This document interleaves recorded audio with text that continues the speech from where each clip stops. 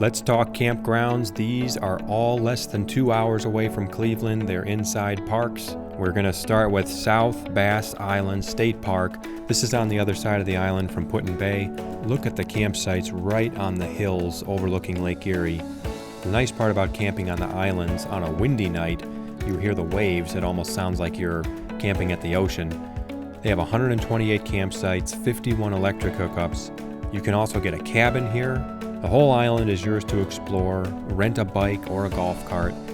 If you didn't bring hot dogs to roast on the fire, you can try some local restaurants close to the park and look for the beer garden on Catawba Avenue. This place has got a little bit of everything, including the chocolate, ice cream, popcorn, candy store downstairs. And in case you're wondering, the ferries do take cars across to the island.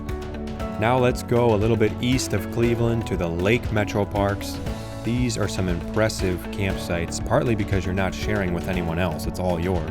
We stayed at this site called Girdled Road, right next to the creek. It was so nice.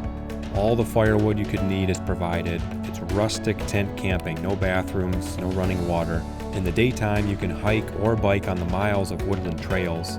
I can't officially recommend swimming, but it is a pretty refreshing creek. Some of the other campsites, these are so remote that you're either hiking to them or kayaking to get there. It's really cool. The Lake Erie Bluffs I have to recommend because they're right up against Lake Erie with beautiful views.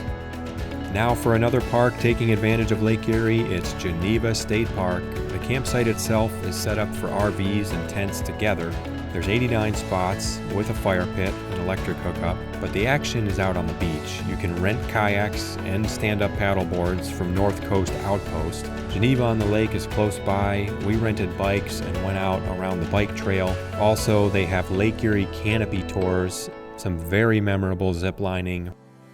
Here's one you've probably heard of, Mohican State Park. The campground also has cabins, and they're not messing around if you see the inside of these things. Glamping for sure. If you want to RV or tent camp, there are sites right on the river.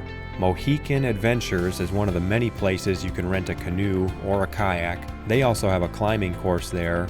It's a little tourist town right down the road from the park.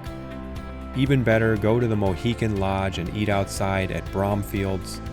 Here's the view of Pleasant Hill Lake. This is where you want to be for breakfast, lunch, or dinner. Number 5, Punderson State Park. This place has gotten better in the last few years. I like the campsites right on the lake. This is one of the few campgrounds that's open all winter. There are cabins above the lake. The lodge is really impressive with 2 pools and 2 restaurants. Here's some highlights of the park: the archery range, sand volleyball, boat and kayak rental, bike rental, the long boardwalk on the lake, which is ADA accessible on the cabin side, the 18-hole public golf course.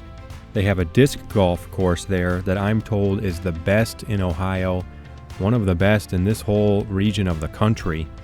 You can play anywhere between 9 and 27 holes, including one that goes out on the island. If you're a fan of disc golf, you have to see this place. And certainly a highlight, the free tubing that they offer, and they run a tow rope which pulls you up the hill on the weekends. Let me give you a bonus. East Harbor State Park is pretty close to the Lake Erie Islands, but you don't have to jump on the ferry to get there.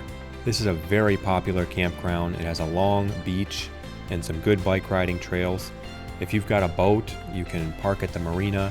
Plenty of spaces to go for a picnic overlooking the lake or the harbor. There are plenty of other campgrounds that are a short drive from Cleveland. Let me know some of your favorites in the comments below.